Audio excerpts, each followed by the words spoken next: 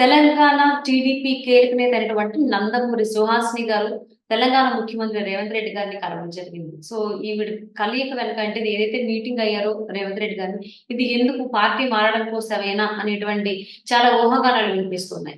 మరి ఈ అంశానికి సంబంధించి మనతో మాట్లాడడానికి, వారి విశ్లేషణని మనతో పంచుకోవడానికి ఈ రోజు మనతో పాటు ఉన్నారు.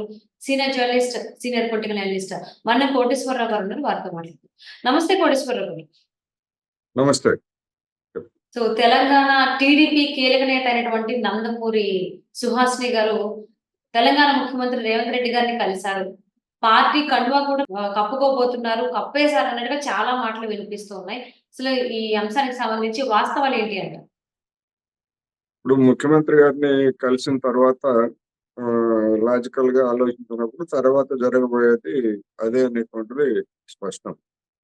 ఎందుకంటే తెలుగుదేశం లేదా సుహాసిని గారి సామాజిక తరగతికి చెందినటువంటి వాళ్ళు హైదరాబాదు లేదా రాష్ట్రంలోని కొన్ని ప్రాంతాల్లో బలమైనటువంటి ఆర్థికంగా సంఖ్యారీత్యా తక్కువ ఉండొచ్చు కానీ ఆర్థికంగా చాలా బలమైనటువంటి వాళ్ళు ఉన్నారు.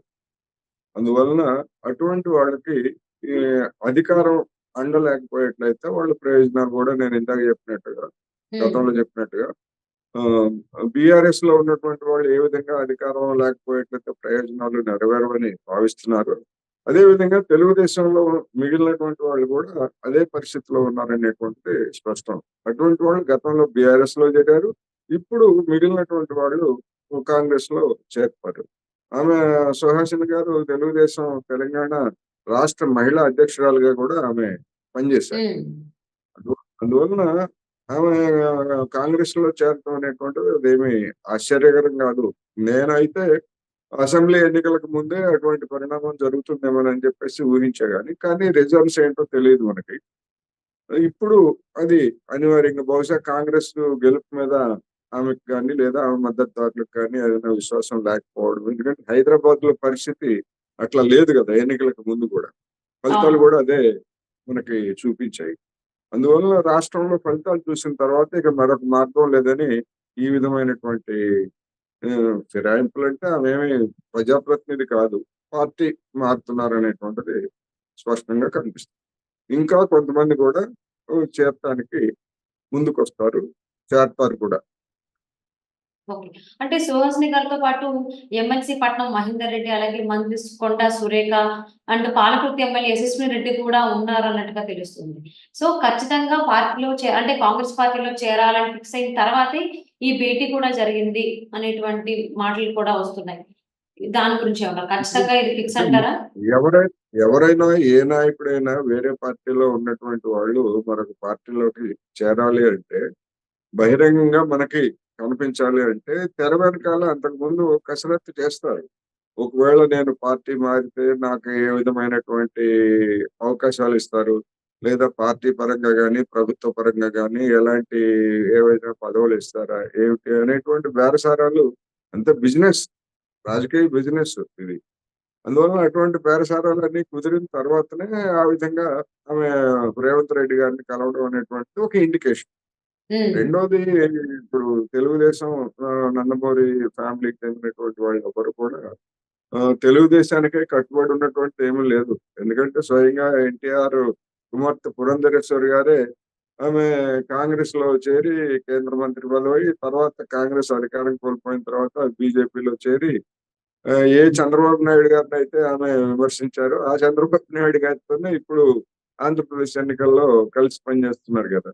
అందుకని ఏ ఫ్యామిలీ అయినా కానీ రాజకీయాల్లో ఉన్న తర్వాత వాళ్ళకి అధికారంలో లేకపోయేట్లయితే చెరువెండిపోతే చేపలు గిలగిల కొట్టుకున్నట్టుగా అధికారాన్ని అనుభవించినటువంటి వాళ్ళందరూ కూడా అదే పరిస్థితి ఇవాళ ఉన్నది. అలాగే తెలుగుదేశంలో ఉన్నటువంటి వాళ్ళ పరిస్థితి ఉంటది. ఒక మహిళగా ఆమెని మనం ఏమి విమర్శించక్కర్లేదు, మరొకటి చేయక్కర్లేదు. కానీ రాజకీయాల్లో ఉన్న తర్వాత మహిళ అయినా పురుషుడైనా పార్టీలు ఫిరాయించేటప్పుడు కొన్ని విమర్శలు ఎదుర్కోక తప్పదు. అటువంటి విమర్శలు ఏమైనా ఆమె ఎదుర్కొంటుందా లేదా అనేటువంటిది చూడాల్సి ఉంది. ఏమైనప్పటికీ తెలుగుదేశంలో ఉన్నటువంటి వాళ్ళు కాంగ్రెస్ లోకి రావడం అనేది జరుగుతుంది. రాబోయే రోజుల్లో కూడా మిగిలినటువంటి వాళ్ళు కూడా వస్తారనేది చెప్పుకోవచ్చు. అంటే ఇక్కడ టీడీపీ నుంచి కాకుండా బీఆర్ఎస్ ముఖ్య నేతలు ఇంకొంతమంది అంటే ఒకటే రోజు ఒకరోజే మాజీ మేయర్ అయినటువంటి ఆవిడ గద్వాల విజయలక్ష్మి గారు కావచ్చు, ఆవిడతో పాటు ఇంకొకళ్ళు కూడా బీఆర్ఎస్‌కి సంబంధించిన నాయకులు చేరారన్నట్టుగా కండువాలు కప్పేసుకున్నారు. But yeah! ఈవిడ గురించి ఇంకా క్లారిటీ రాలేదు. సుహాసిని గారి గురించి. అంటే ఈ రోజే వచ్చేటువంటి అవకాశం ఉందా కాంగ్రెస్‌లో చేరారు అనేది? లేదంటే ఇవ ఇవాళ లేటర్ ఆన్. ఇవాళ కాకపోతే రేపు ఏదైనా ఇప్పుడు వాళ్ళకి కొన్ని నమ్మకాలుంటాయి. ముహూర్తాలు ఇట్లాంటియన్నీ కూడా ఓకే. ఉంటాయి. అందుకని హ్మ్. ఎందుకంటే అందరూ ఒకేసారి చేరితే కాంగ్రెస్ కూడా మళ్ళా మీడియా సెల్‌కి వార్తలుండవు గదా! హ్మ్. అందుకని హ్మ్. ఒక్కొక్కళ్ళు ఒక్కొక్క రోజు చేరతా ఉంటే అది ఓకే. ప్రతిరోజు వార్తగా ఉంటుంది. ప్రతిరోజు కూడా ఎదుటి పార్టీల మీద అదొక బాణంలాగా, అస్త్రంలాగా పనిచేస్తా ఉంటుంది. అట్లాంటి ఎత్తుగడలన్నీ గూడా గతంలో ఉన్నటువంటి కాంగ్రెసు బాగా మిగతా పార్టీల కంటే కాంగ్రెస్ అటువంటి వాటిల్లో చాలా సీనియరు. మంచి మ్యాజిక్‌లు లేదా మ్యూజిక్‌లు అన్నీ ప్లే చేయగలదనేది మనకు తెలుసు. ఓకే. అంటే అసలు ఇప్పుడున్నటువంటి సిట్యుయేషన్‌లో ఎందుకు తెలంగాణలో అందరూ కూడా కాంగ్రెస్ వైపే చూస్తున్నారు. టీడీపీ నుంచి కూడా చూస్తున్నారు. బీఆర్ఎస్ నుంచి అలాగే బీజేపీ నుంచి కూడా చాలా మంది నాయకులు కాంగ్రెస్ వైపే చూస్తున్నారు. చేరిపోతున్నారు. కండువాలు కప్పుకుంటున్నారు. ఇదంతా దేనివల్లంటారు? బికాస్ ఆఫ్ రేవంత్ ఇప్పుడు రెడ్డేనా అసలు? రా రాజకీయాల్లో మనకి మొట్టమొదటి లోక్‌సభ, మొట్టమొదటి రాష్ట్రాల అసెంబ్లీలలో చూసినప్పుడు వ్యాపారులు ఎంతమందున్నారు, నేరస్తులు ఎంతమందున్నారు, ప్రజాప్రతినిధులుగా అని చూడాలంటే భూతద్దం వేసి వెతకాల్సొచ్చేది. హ్మ్. కానీ 75 సంవత్సరాల స్వాతంత్రం తర్వాత ఇవాళ నిజాయితీ పరులు ఎంతమందున్నారు, కేసులు లేని వాళ్ళు ఎంతమందున్నారు, నేర చరిత్ర లేనటువంటి వాళ్ళు ఎంతమందున్నారంటే భూతద్దాలు వేసి వెతుక్కోవాల్సినటువంటి పరిస్థితొచ్చింది. హ్మ్. రాజకీయాలు నేర చరిత్రలతోటి అదే విధంగా డబ్బున్నటువంటి పారాచూట్ బ్యాచీలతోటి నిండిపోయిన తర్వాత వాళ్ళకి వాళ్ళ ప్రయోజనాలు, వాళ్ళ ఆర్థిక ప్రయోజనాలు లేదా వాళ్ళ నేర చరిత్రలు లేదా నేరస్థ కార్యకలాపాలు సాగించుకోవడానికి ఏదో ఒక అండ గావాలి. అది హ్మ్. ప్రభుత్వాలు. అందుకని కాంగ్రెస్‌లో చేరుతున్నారు. ఇవాళ తెలంగాణ అనే కాదు. మొత్తం దేశంలో ఉన్నటువంటి పరిస్థితి అంతా గూడా అలాగే ఉంది. 2 తెలుగు రాష్ట్రాల్లో గూడా పరిస్థితి అదే. చూడండి ఇప్పుడు పక్కనే ఉన్నటువంటి ఆంధ్రప్రదేశ్‌లో గూడా వైసీపీకి అధికారం పోతుంది అనేటువంటి ఒక వాతావరణం రాగానే వైసీపీలో ఉన్నటువంటి అనేక మంది తెలుగుదేశం, జనసేన ఈ పార్టీలో చేరుతున్నారు గదా! అవును. ఇక్కడ గూడా అంతే. ఇక్కడ ఆల్రెడీ అధికారానికొచ్చింది గనక ఇది ఇంకా కాంక్రీట్‌గా ఉంటుంది. ఓకే. సో, అలాగే తెలంగాణ టీడీపీ కీలక నేత అయినటువంటి నందమూరి సుహాసిని గారు గనక కాంగ్రెస్‌లో చేరితే ఒక కీలకమైనటువంటి పదవి కూడా ఎదురు చూస్తూ ఉంది. రెడీగా పెట్టారనేటువంటి వార్తలు కూడా ఉన్నాయి. దీంట్లో వాస్తవం ఎంతవరకు ఉంది? అలా ఇచ్చేటువంటి అవకాశం ఉందంటారా? చూడాలి. ఎందుకంటే అనేక మందిని అటువంటి ఆశలతోటి, ప్రలోభాలతోటి, అటువంటి హామీలతోటి చేర్చుకుంటున్నారు. అట్లా బయట నుంచి వచ్చేటువంటి వాళ్ళకి పెద్దపీట వేసేట్లయితే ఇప్పటికే 10 ఏళ్ల నుంచి కాంగ్రెస్‌లో అధికారం కోసం ఎదురు చూస్తూ అదే పార్టీని నమ్ముకున్నటువంటి వాళ్ళలో అసంతృప్తి తలెత్తుతుంది. హ్మ్. అందుకని వీళ్ళని సంతృప్తి పరచాలి. వచ్చేటువంటి వాళ్ళని సంతృప్తి పరచాలి. వచ్చే వాళ్ళని సంతృప్తి పరచకపోతే జరిగే నష్టం ఏంటంటే, ఇంకా కొత్తగా ఎవరు పార్టీలో చేరటానికి రారు. హ్మ్. అది నెగెటివ్‌గా ఉంటది. అందుకని ఓకే. ఎట్లా బ్యాలెన్స్ చేసుకుంటారు? ఏమిటి? అనేటువంటిది చూడాలి. రెండోది అందరికీ ఈ లోక్‌సభ ఎన్నికల లోపే పదవులివ్వటం బహుశా సాధ్యం కాదు.